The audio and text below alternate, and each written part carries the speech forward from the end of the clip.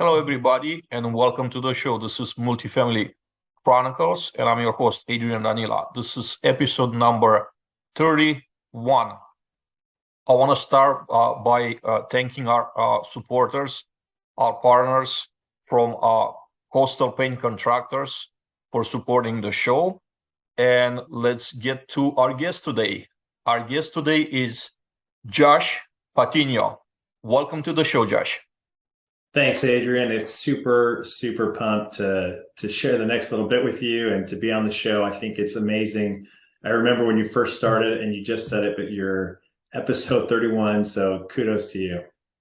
Thank you, Josh. You are the Regional Vice President of Sales with Funnel Leasing, correct? That's right. Yep. Okay. Josh, let's start by introducing you to the audience a little bit. Tell us a little bit about your background and about what you're currently doing for Funnel. Yeah. So background, let me start there. I've been with Funnel for just under 2 years and joined the multifamily industry at that time when I made it actually a career change. And most folks don't know this about me. But previously to that, I was a college soccer coach. So I coached women's soccer at Gonzaga University. And previous to that, I was at a smaller D3 university in Virginia, Southern Virginia University on the men's side. And, keep going backwards, I played soccer collegiately. So my dad is from Peru. And so there's really only one sport in the world, and that's soccer. And so I grew up playing soccer, all my siblings did. And I just had this, I always thought I was going to go pro. I think every kid thinks they're going to go pro and they're going to play for Barcelona or in England and they're going to be the best. And at one point, I just realized that I'm not good enough to be at that level. And the commitment, I didn't know that I had that much drive in me to pursue that. So I got into coaching and totally fell in love with coaching, more so than I thought. And then I don't know if I got lucky or if I was just fortunate at the right time, but I started in youth soccer, coaching 9-year-old girls, and then started coaching, middle school age boys, got into high school. At one point I was coaching 5 youth teams. I started 2 indoor centers in Utah where I was, and just loved training, really had this passion for training players and developing athletes. And then I got an opportunity to go to Southern Virginia University, and I just couldn't pass it up. And I was 27, turning 28, feeling pretty inadequate and maybe like it was too soon, but it's an opportunity that you just can't pass up. And then 4 years later, I had the opportunity to go to Gonzaga, and I went to school at Brigham Young University. So Gonzaga is in the West Coast Conference. They rival each other in basketball a little bit. And I just couldn't pass that up either. And then previous to Funnel, I had this great run with Gonzaga and enjoyed it. And then I had to make a choice. My wife was pregnant with our third kid, excuse me. COVID had stopped everything at the schools. Kids had gone home. And the only reason coaches exist and are there are for the athletes and the students. So as soon as they went home, my purpose quickly diminished. And as much as you can do in the virtual world, there's only so much you can do for athletes over video and Zoom. And then we have all the NCAA rules to deal with as well. Recruiting got put on hold. Everything just got put on hold. And one of my favorite things is preparing for the next game. And even at the very end of your season, when you finish the game, win or lose, the start date for the next year. So you can immediately go to the next season. I have 8 months or 3 months to prepare. And that was really hard for me. That was a hard adjustment. And so I reached out to a friend of mine who had reached out to me through LinkedIn a couple times. And I ignored because I was like, I have the best gig. I get paid to play soccer and to be on the field and be with young athletes and in college. I have freedom over the summers. But then I reached out to him and I said, hey, I saw that he was a CEO. And I said, what is he doing? And he was a college teammate of mine as well. And then I got super curious, and he said, told me a little bit about Funnel and what we're doing, and said we're hiring. And he actually was like, you're actually not the best candidate for this position because you don't have any SaaS experience or sales experience, but you have charisma and you're a good human. And I think that makes a good salesperson. So I'll let our VP run the sales process and our recruiting process. And if it works out, great. And if it doesn't, I'll help you find something, So anyway, went through the process with our VP of sales at the time and turned out to be a good fit. Then I moved to Tampa and switched careers and just dove in 2 feet into multifamily. And a lot of people ask, like, did I have to move because it was a job requirement? The answer is no. But I'm one of those people that if I had stayed in Spokane by Gonzaga, I would have had a really hard time not going to games or trying to be involved. And I just felt like I needed to burn the boats, make the move, and hedge all my bets on Funnel. And it's worked out pretty good. So it's been a good ride. So that's a little bit about my background. What I do for Funnel today is I started as an account executive, and then I was promoted to regional vice president last year.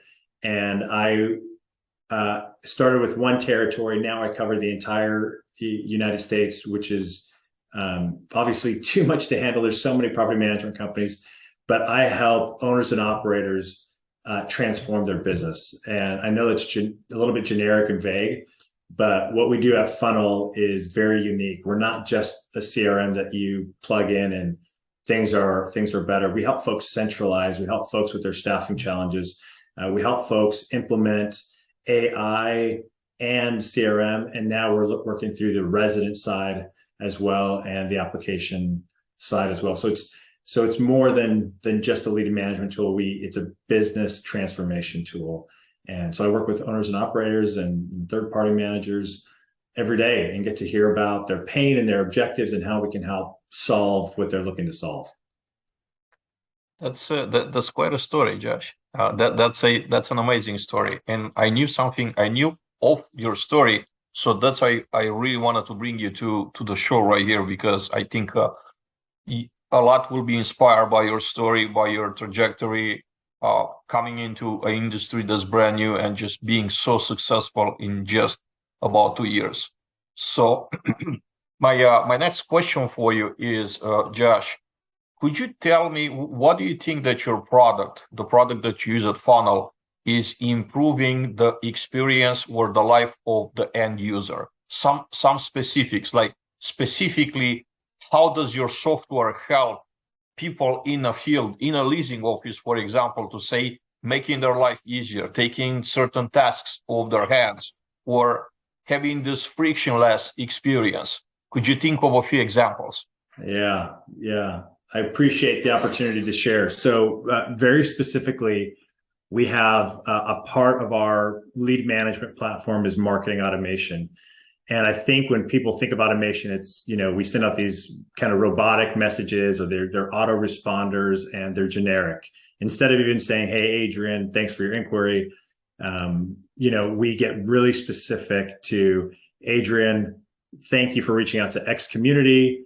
You asked a question about pets. We'll answer your question about pets, but we'll also prompt with what the next preference we need to find out." And that could be, what's your layout that you're looking for? What's your price, the price range? And also, when are you looking to move in? So all of that can be automated, which then, if you think about that, it's taking time off the leasing agents from having those conversations via email. The other piece to that is that we want to free up their time. And so often, I was talking with a prospective client, and they made a comment. They're like, "Our price is listed right on the website. It's literally listed right in the middle of the page. You can't miss it. But the number one question we get is, what's the price? Or how much does this layout cost?" And if you think about how often our on-site teams are answering, what's the pet policy? What's available? What's the price?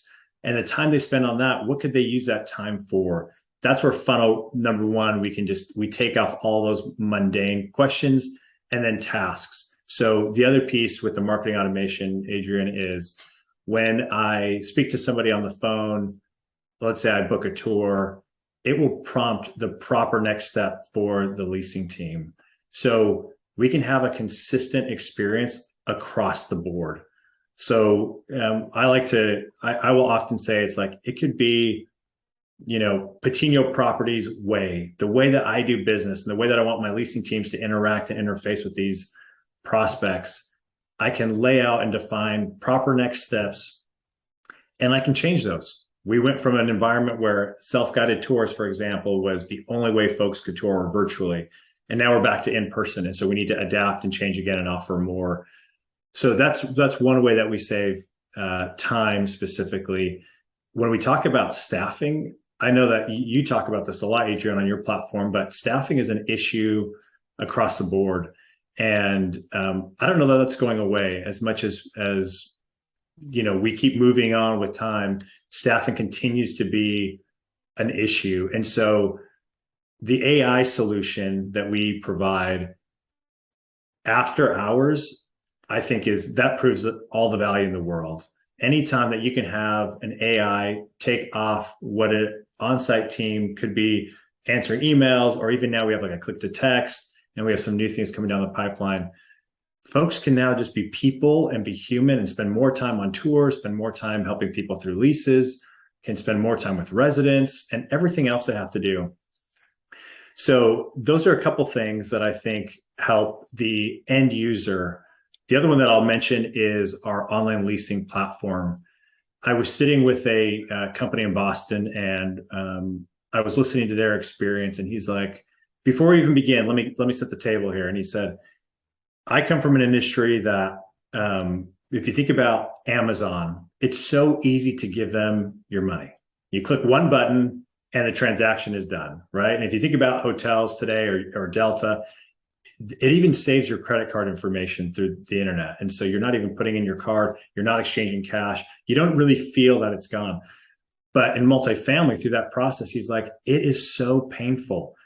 And people are willing to spend $2,000-$3,000 on a unit and live in their home for the next year. And so you multiply that, it's like $2,400 to $3,600 or $36,000 a year. And we make it so hard for them to give us their money. It was like music to our ears. And so we have designed and rolled out a platform now that is a mobile first online leasing experience where they can just do it all from their phone.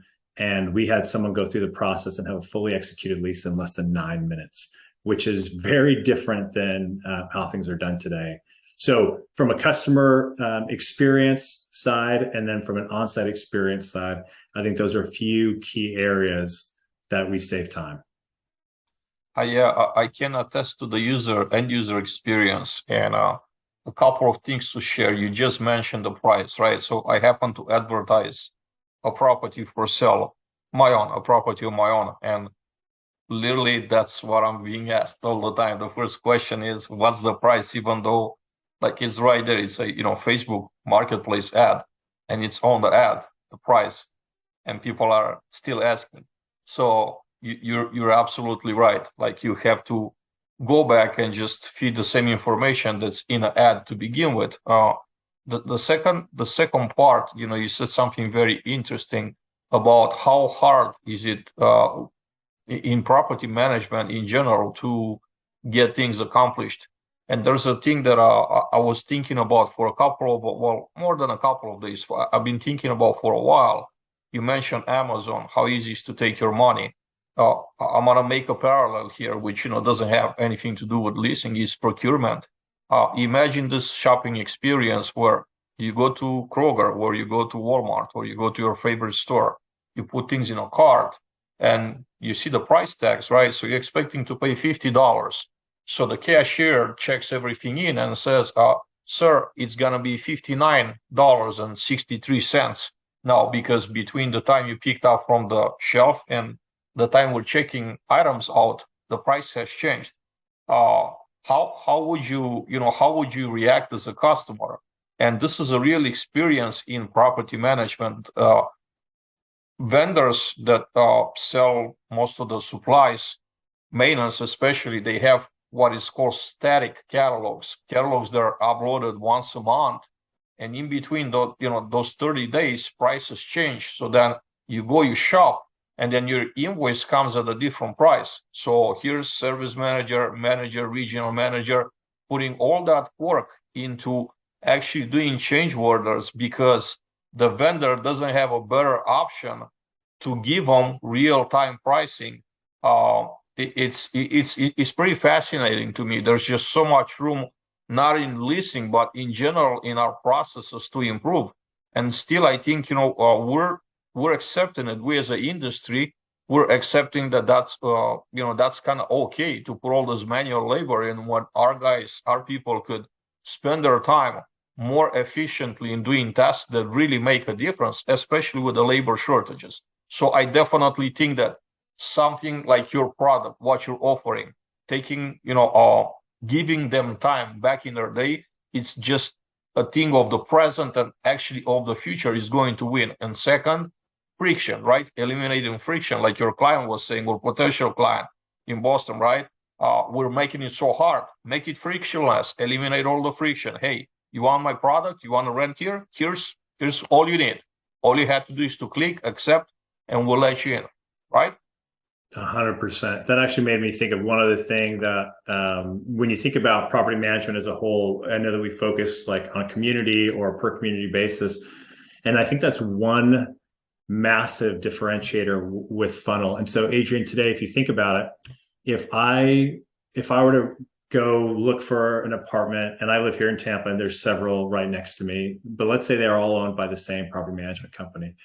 And I go to each one and I inquire, I'm going to get 3 emails one from each community. I'm going to get phone calls, 1 from each community.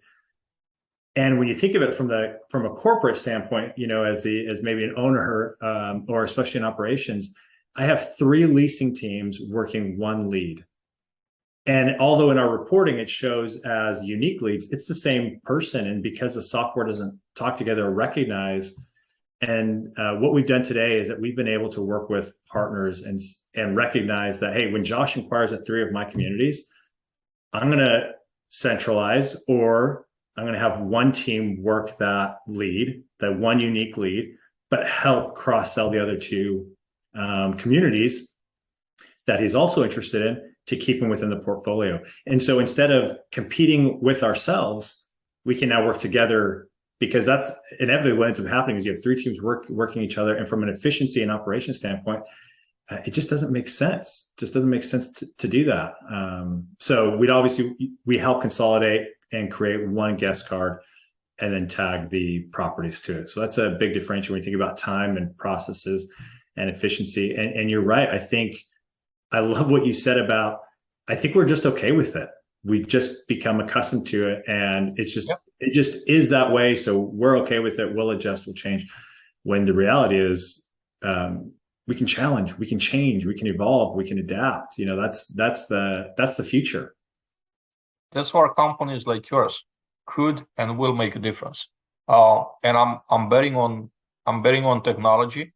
There are certain things that technology won't be able to do, right? To fix someone's air conditioning remotely, things of that nature. It could help. It could be an enhancement to the process. But there are certain things that only humans can do. Now, there are certain things that humans are really bad at, comparing with technology to artificial intelligence. And I'm bringing individuals like you, professionals like you, to the show to show that there's better ways of doing things, even though it's not necessarily what I do for a living, but I'm very passionate about the processes, about making things better. And I think that the companies that will see the deficiency, not the deficiencies and the challenges that we as an industry have in our processes, and we're okay with, we just settle for, because this is the way it's been done forever, and they challenge or they come with a solution for their potential clients. This is where the big wins are. Do you not agree? I do agree.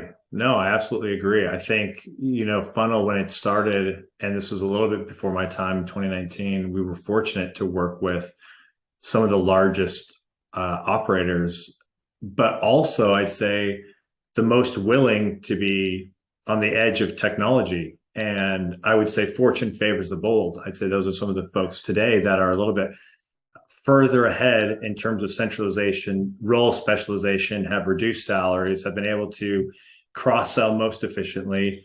They're seeing the ROI of their activity from 4 years ago, and now they're prepped. And when COVID hit, they weren't as impacted. So I absolutely agree with that statement.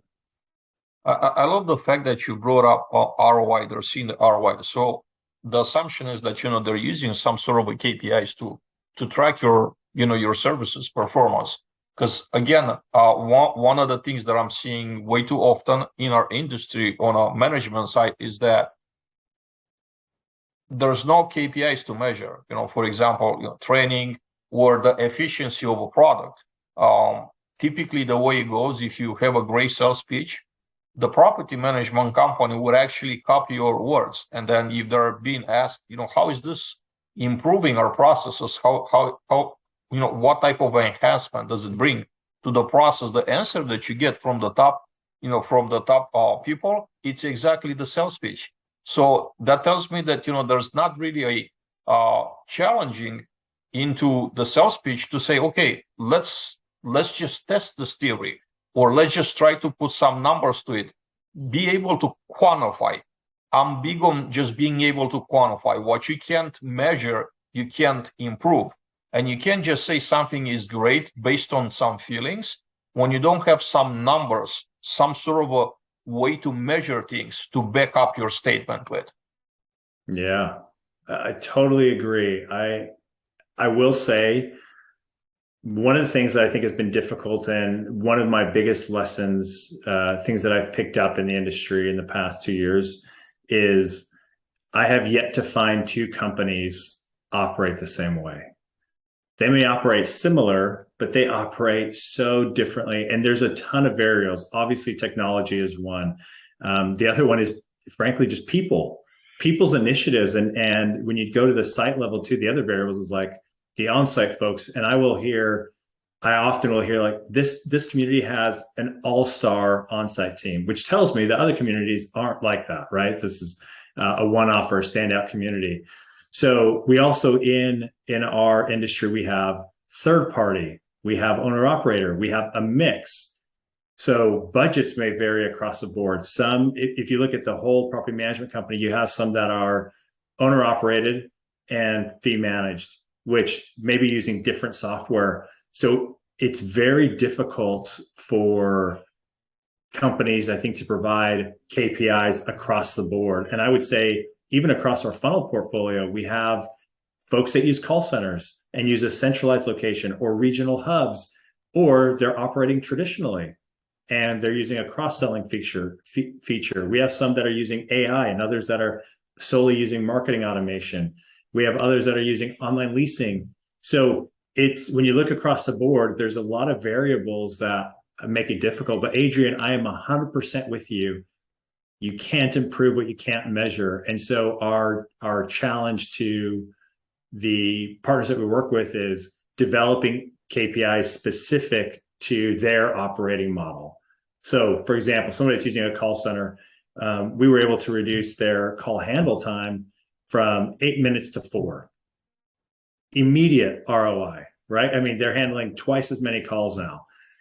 Also, when you think about centralization and role specialization, I've spoken to a few companies now that are removing assistant property management role from on-site and moving them to off-site, or creating another role to handle multiple sites and doing the initial phone call, the tour booking, the follow-ups.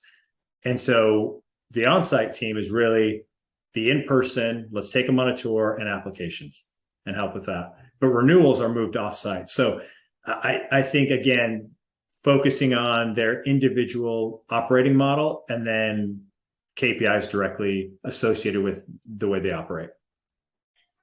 Yeah, and also one other thing that I'm sure you, from a sales perspective, has probably one of the biggest challenges is, how do you find in a group the decision maker? Because the decision, it's not made by the same person in a different organization, the same role. Let's say vice president of operation.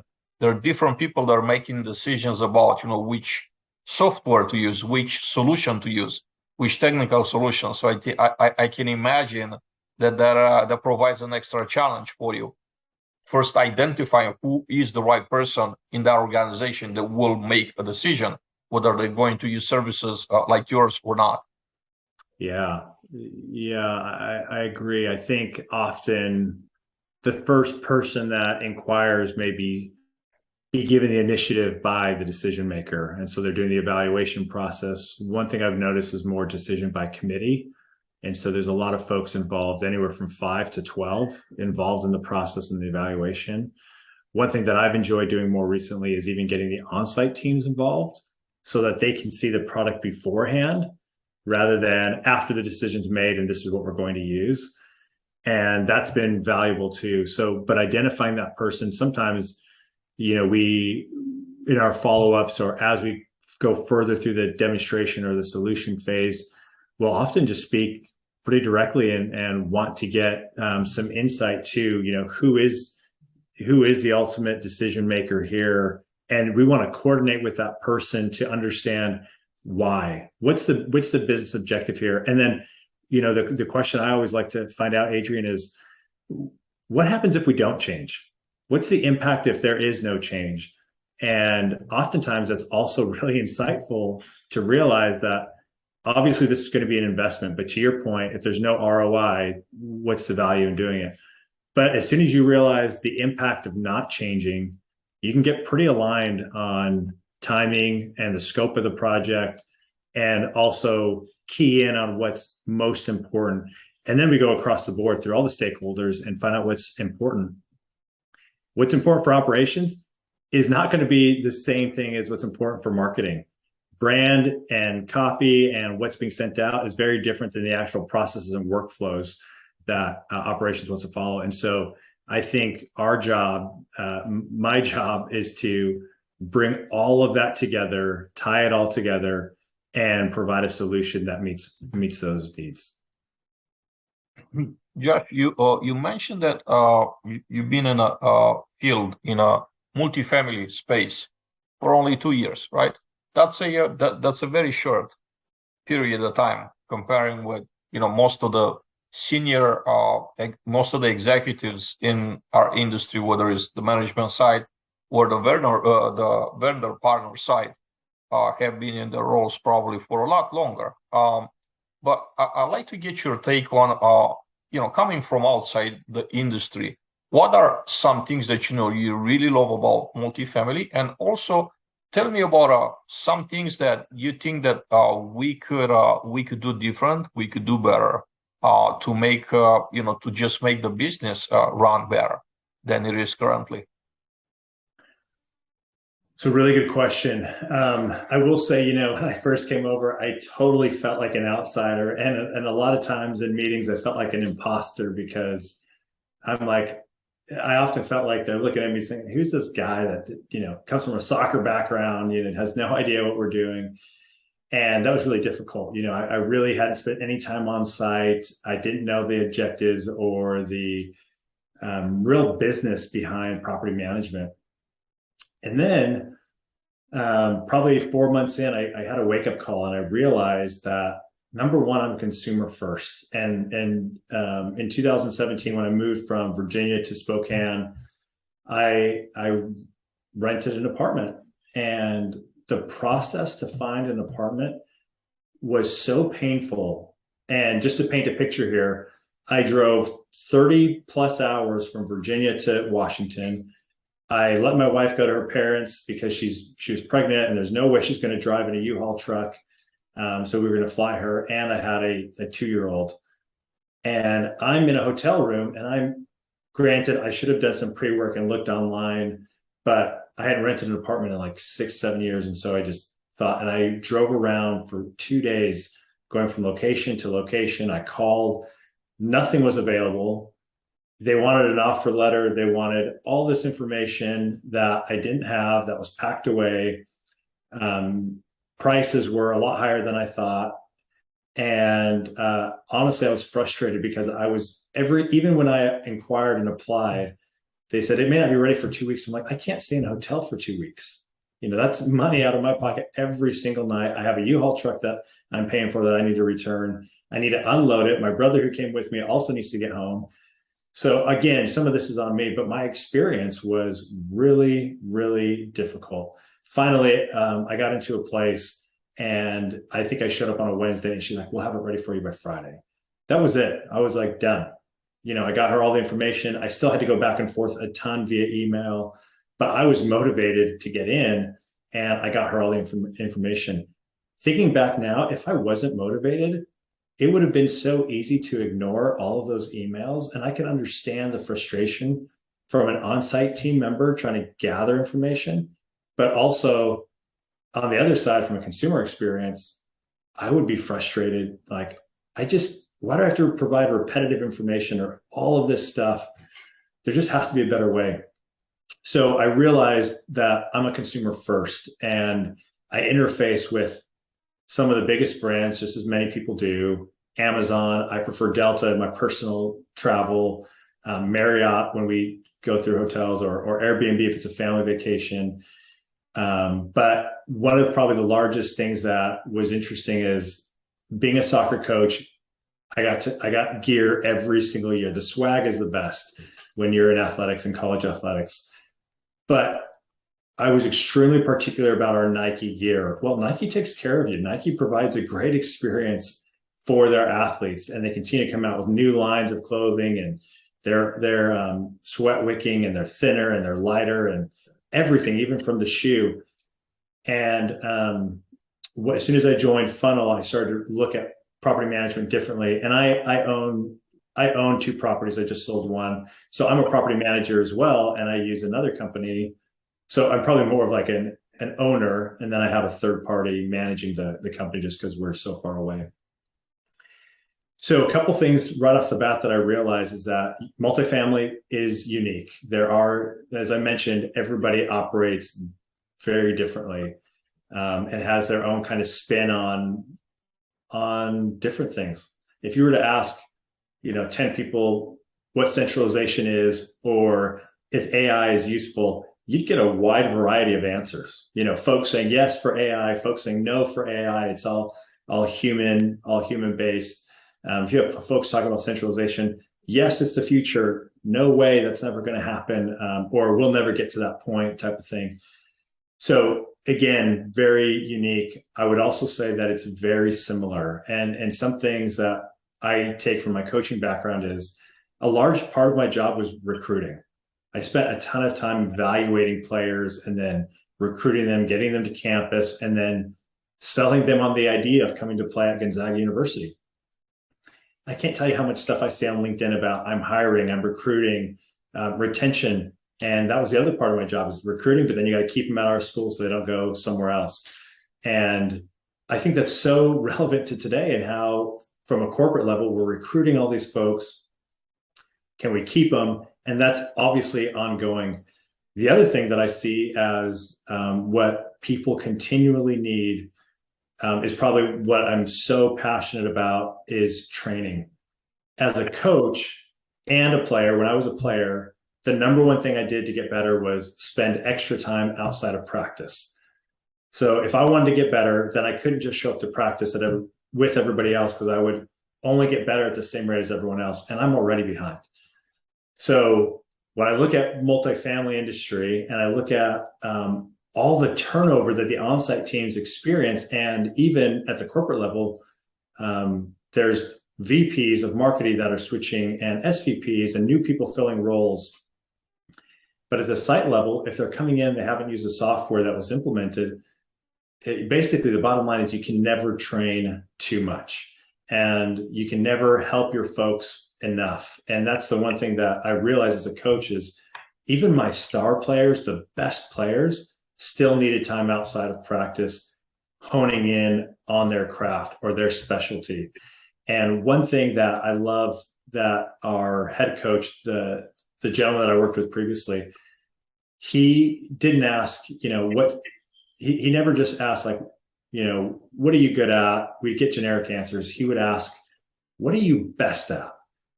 And it's interesting, Adrian, what people would say to that. And from an athletic standpoint, it's like, oh, I'm the fastest, or I'm really physical, or I'm the hardest worker. And I'd say 9 out of 10 people would say that.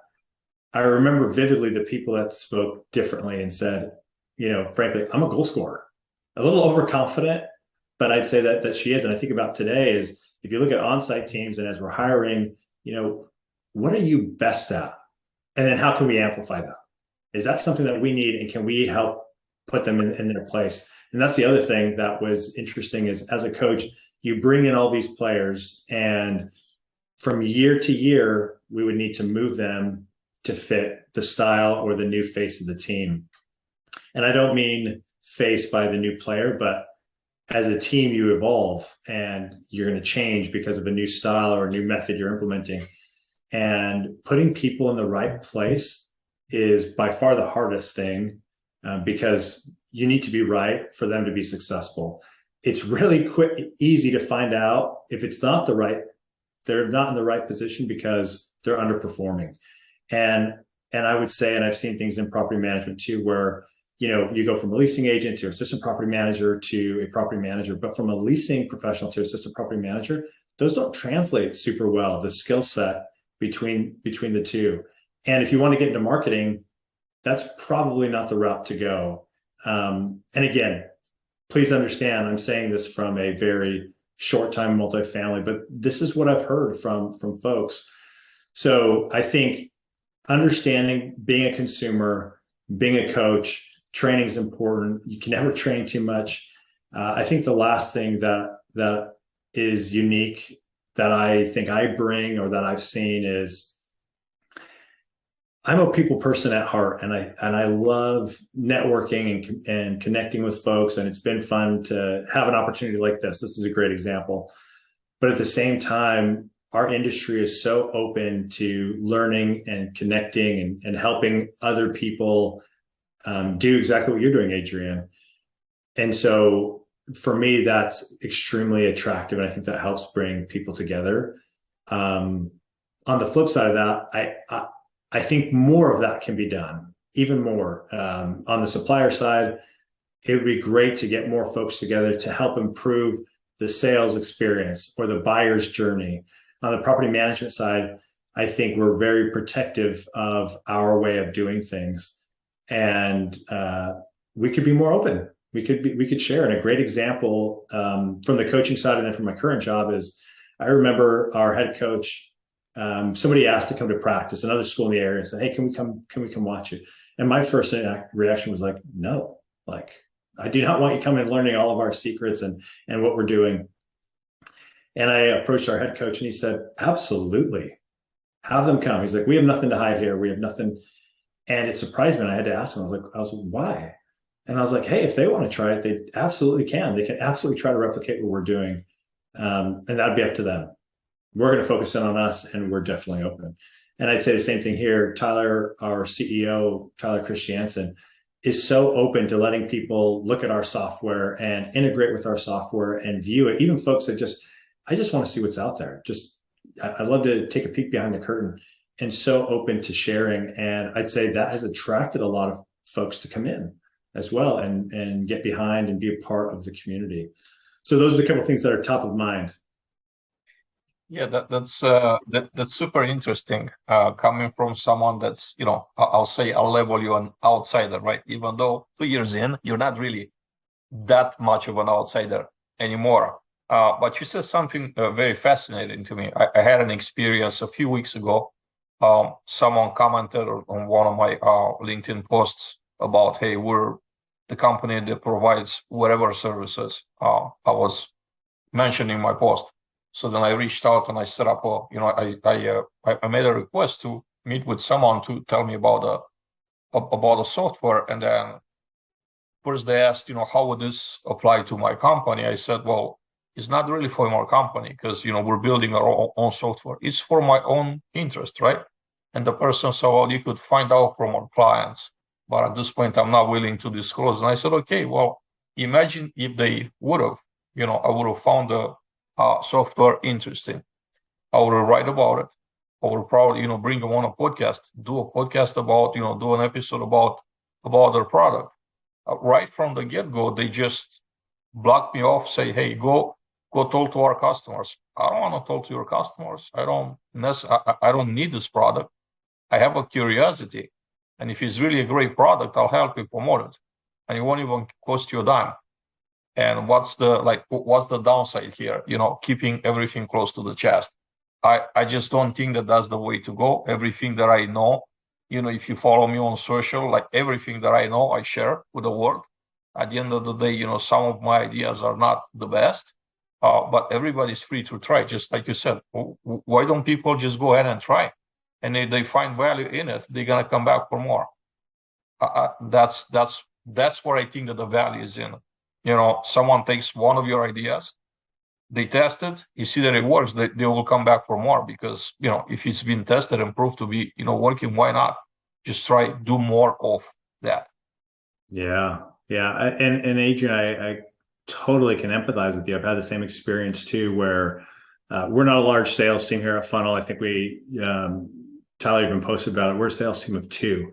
And so we'll have folks reach out to us about software as well. And when they find out we're a sales team of 2, they're, you can definitely, they're a lot less interested in the opportunity. And I'd say that the harm with that is it makes people feel like they're like, we're not as valuable anymore to this group. And I understand at the same time, they want to protect their time. They may have bigger opportunities, but everywhere that I've been, other industries that I've been, you don't ever want to burn bridges. And I don't think that's new to anyone else, but oftentimes when that happens, it leaves just a sour taste in our mouths, and probably not going to look at that company again or for a long time. So I get it from both sides. I understand, but I definitely am more on the side of sharing and again, not really having anything to hide or not wanting to hide, but giving other opportunity to people to learn. And sometimes that's hard. Time is a very valuable asset that no one has a lot of. So always grateful. I think that's probably something that is important too, is just always remember gratitude on it too. And I know that you do a great job of that by posting about everything that you share and amplifying the message to so many other folks. Thank you. Thank you for saying that. My next question, Josh, is from a newcomer to the industry to vice president. Oh, that was an amazing journey, I'm sure. What are a few things that help you get to a vice president level in such a fairly short period of time? What are the things that help you? What are some things that you want to share for someone that wants to follow the same path? So I came in and I didn't really have any expectations. I didn't know what to expect, but it was the first time I had a quota, and I felt a lot of pressure, and I was wondering how I was going to feed my family. And when, when 1 month goes by, you're probably not that worried. 2 months, you may start to think about things. 3-4 months in, I was getting super nervous and was really, I need a fast track. Like I left a job where I was really comfortable, and I had made a name for myself and had a pretty strong career in, and now I'm changing.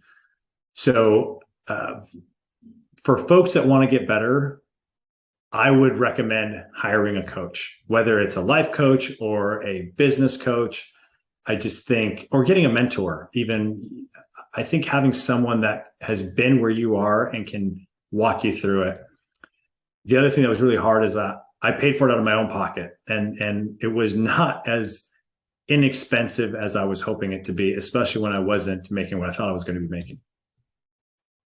But the value that I got out of it was incredible. It was so good that I was willing to invest a second time with another coach to get better.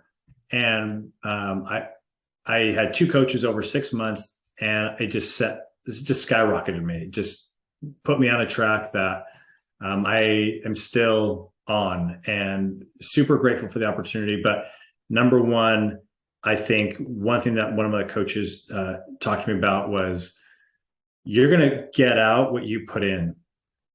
And whatever, and for life, I kind of live by that as well. If I want to be a good dad, I can't sit on the sidelines and let my wife parent alone. I can't sit on the couch and read a book for me and let my kids be distant. I need to be active in the process. I'd say the same thing in a marriage. If I want to be a good husband, I can't sit on the sidelines. And in my job, if I want to be a good salesperson and I want to learn the multifamily industry, I can't really sit on the sideline. And so I spent time on site. I've called countless communities. I have read so many articles. I've reached out to folks, had several one-offs, and then I learned the sales side of it and process. And really, there's no replacement, Adrian, for hard work. You can definitely work smarter, but for someone who doesn't know how to work smarter, you just got to work hard and put the time in. And for me, that was it. So I spent early mornings and late nights when my kids were down to read and study and practice. And I will say I failed over and over and over again. I will never forget my first call that I had with a client. And I'm so grateful my VP was on, but that helped me get better for my next call. And when I was closing my first deal working with a partner, I remember having meeting after meeting after meeting, and my VP of sales was like, "What's the outcome of all these meetings? Like, what is your goal?" And I said, "I don't know. I've never been here before." And so I think that was also a good learning curve for me to know, if we're going to have a meeting, we need to have an objective. What's the outcome for both sides, mutually beneficial? Again, small things. So I think failure is a big part of the process as well. So summarizing all that, if you're able, get a coach, work really, really hard, master your craft, learn as much as you can. And I'd say focusing on those things, focusing on you is helpful. Thank you. Thank you for sharing. Our next question, Josh, is really related to the previous question. What advice would you have for a young person ready to enter the workforce today? So I've thought about this one a little bit, even previously, because I think we're all told to, as we're young, do what you love and you'll never have to work a day in your life. I loved soccer. I don't think I can express it in words how much I love the sport and what it did for me. I think that's where it stems from, is what it did for me through my youth years and my development and my growth. What I learned on a field playing this game is, for me, invaluable and something I want for my kids. But there's so many life lessons that I learned. So I love this sport. Well, I did it. I went through and I played college, which not every kid gets. And I went to a school of 30 to 35,000 kids, and I was one of 30. So I frankly represented 300 to 3,200 students, and was so grateful for the opportunity. And then I coached, and I loved it. I loved coaching. What they don't tell you, and what I would say is, you don't know what you don't try. I had no idea I would love multifamily prop tech sales. And frankly, when I left, I was like, honey, I hope we don't have to change jobs again in like 6 months if I absolutely hate it. But you can learn to love things. And I guess that's the message, is that, at first it was scary. It was hard. It was new. Typically new things are. I mean, it's the fear of the unknown. And what I learned is that I can learn to love this. And not only did I learn to love it, but now I passionately love what I do.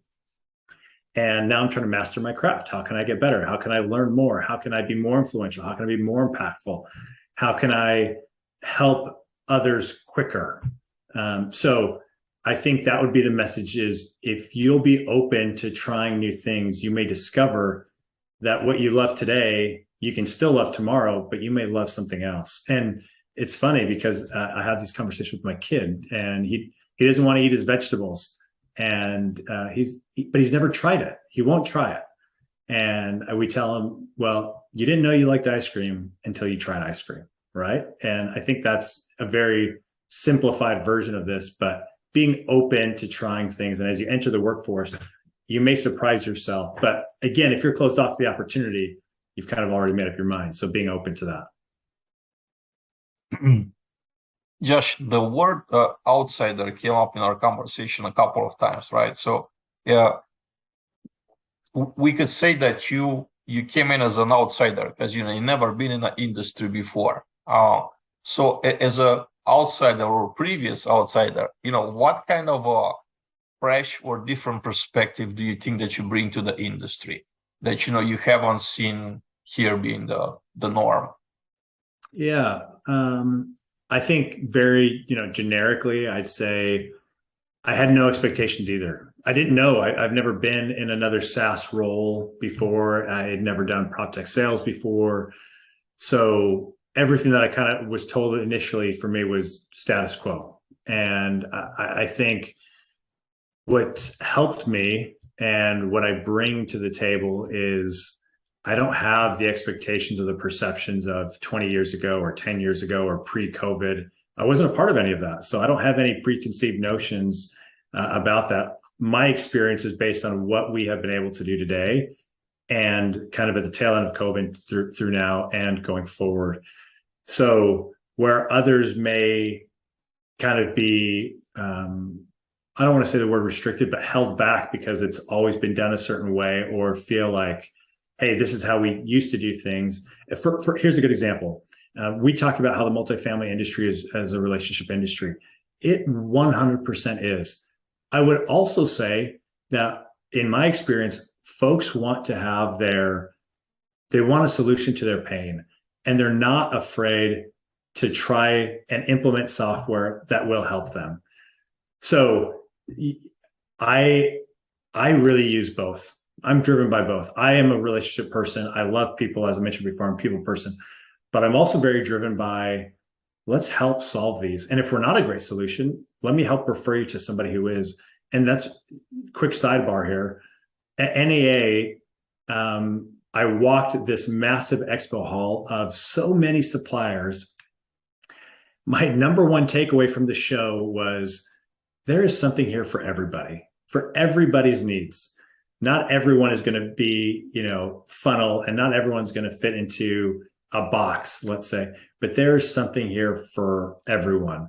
So I think number one, my standpoint is I don't have any of the previous experience. I don't know, and I don't buy into the preconceived notions of this is how it has to be or needs to be.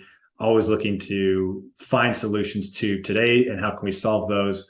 And I work really closely in partnership to do that. So that's probably the first thing. I'd say the second thing is what I mentioned previously about being a consumer first. Everywhere I go now, I really focus on the customer experience. And if you think about the buying process for a renter today, well, expectations are completely different. I was telling my wife the other day, I was like, we were talking, we have conversations about our kids and being on screens. But if my son were to watch me, I'm in front of a computer all day. I have my phone in my hand, my phone rings, it's usually work. If I'm texting, like all they see me is on technology. My kindergartner's going to school and he gets an iPad. My second grader goes to school and he gets a computer. That was like, we would never have that in my day, like never 30 years ago.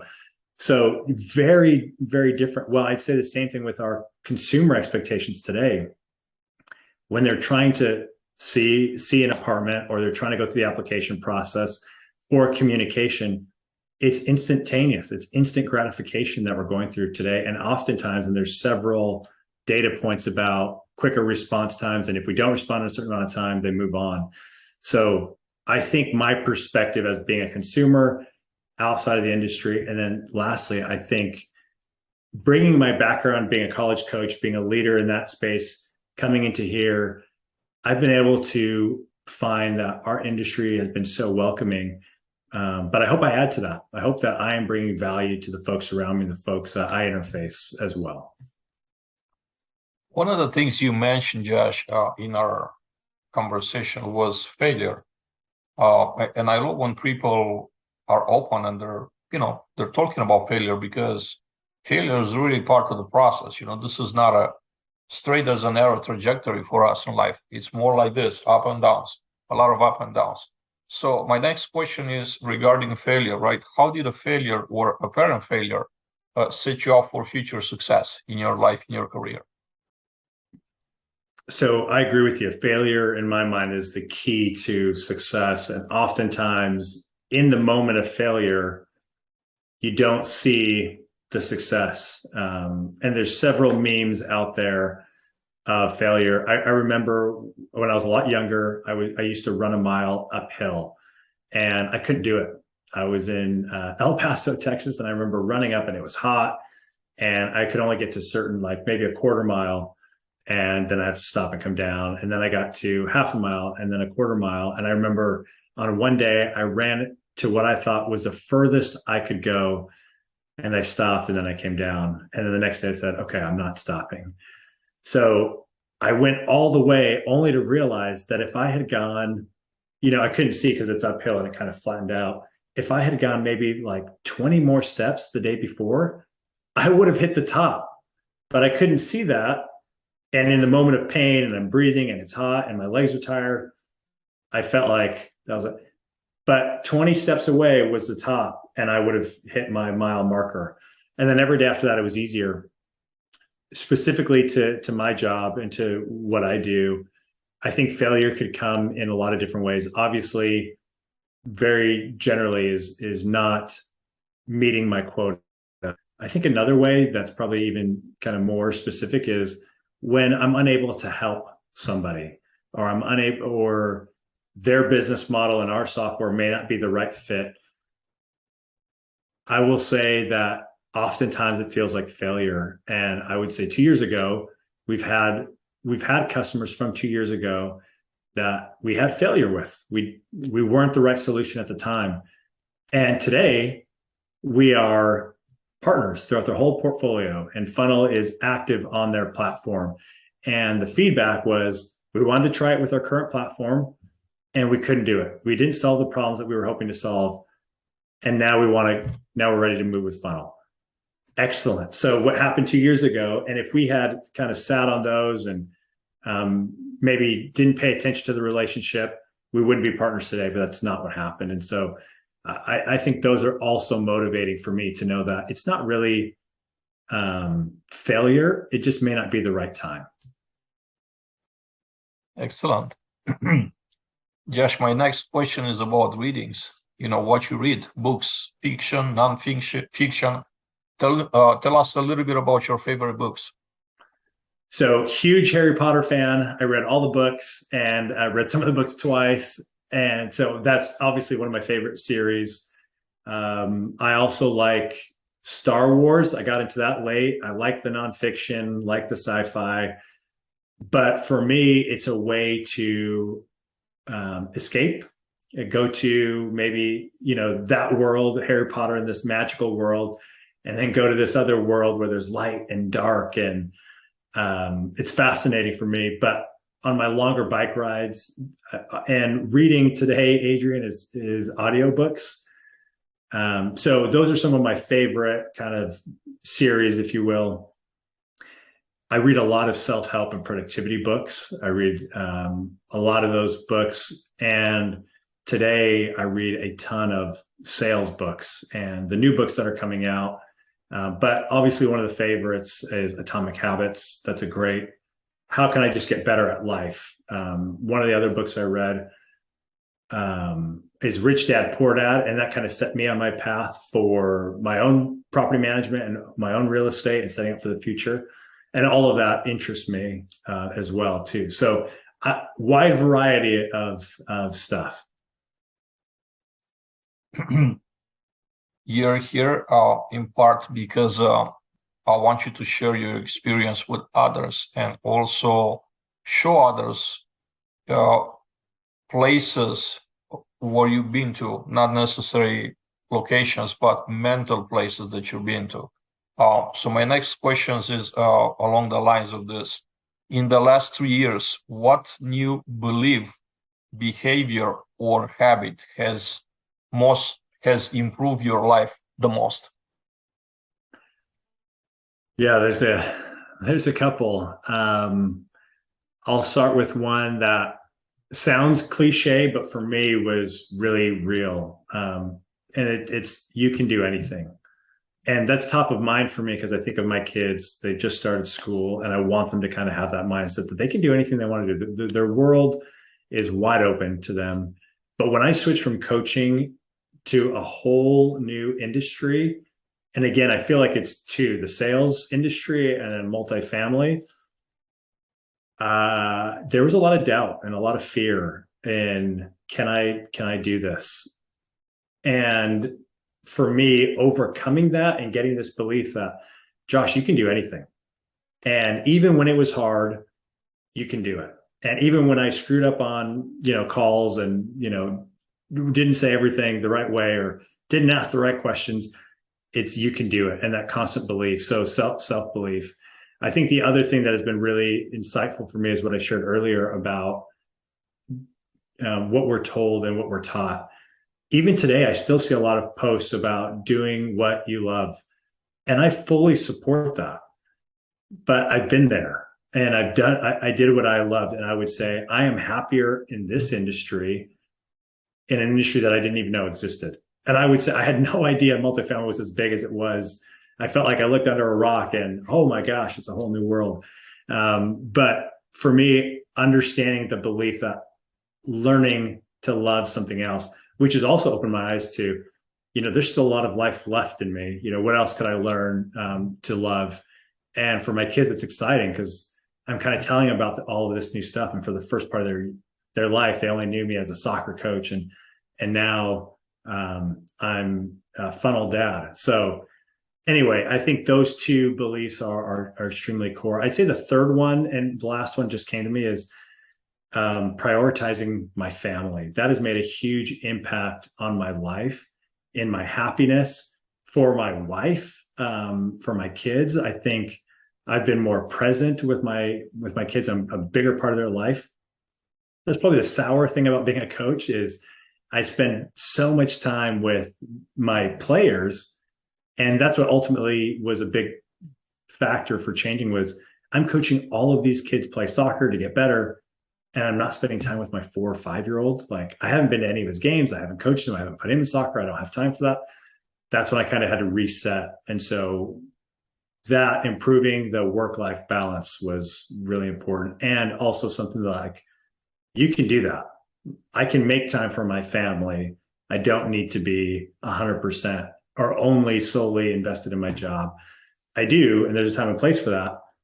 But my family is also important, and I don't need to sacrifice them at the mercy of my job. Josh, when you lose focus or you feel overwhelmed, how do you get back on track? So I'm old school and I'm stubborn a little bit, and I probably just the way that I was taught, I just plow through sometimes. Sometimes I just have to work through my emotions, typically alone, and just get to a better place. For me, sometimes I'll feel better when things are done. Most of my stress comes from unfinished business, if you will, or unfinished items. So if I can work through it, I feel much better. I'd say the other thing that I'm also realizing is sometimes I just need time away, typically from work, or I need space. And so it's been great to be in a position where I can take a week off, or I can take 2 days off and make it a longer holiday weekend, or make it a shorter week. But getting away, resetting, having Josh time has helped me kind of relieve that stress when I feel overwhelmed, lose focus. So when I come back, I'm ultra focused and I'm ready to go. So sometimes the separation is what's helpful for me. Josh, our conversation is about to come to an end. It's been a real pleasure having you. I do want to give you the opportunity to say something to the audience, maybe to address a question that you wish I would have asked and I didn't, or just some thoughts in closing of our conversation. Yeah, thanks, Adrian. No questions come to mind, but to all those listening, number one, appreciate spending the time listening to the podcast. Two, if I can be a little cliche, I'd like to end with, you can do anything. If there's something in your life right now that you're waiting on to do, or you're not sure you can do it, or if you're in property management specifically and you're thinking about how can I be better, or how can I improve, or how can I help cross-functionally, I would say don't hold back. You can do it. And obviously choose the time appropriately, but huge advocate, fans and supportive of anybody trying new things and walking and looking at failure straight in the face. Josh, if someone in the audience wants to reach out to you directly, what are some ways to get a hold of you? Yeah, for sure. The LinkedIn, I'm on LinkedIn. So linkedin.com/Josh Patiño. My email is my first name .patino@funnelleasing.com. And you can also text me. I think it's on my LinkedIn, but I think Adrian will put it in the show notes, but 509-481-1660. So pretty accessible. Josh, again, it was a pleasure having you on our show. I really enjoy our conversation. I hope our audience will as well. I hope to get you back here soon. I always say that to all of my guests because this is an ongoing conversation. 1 hour is not enough to go through everything that I wanted to ask. I also do want to thank our friends from Coastal Painting Contractors for supporting the show. If you are in need of exterior or interior large painting projects, just check out the show notes. You're gonna have their contact information out there. Everybody, thank you very much for taking the time to watch Multifamily Chronicles. This was episode number 31. I am your host, Adrian Danila, and I hope to see you back here soon. Have a great day.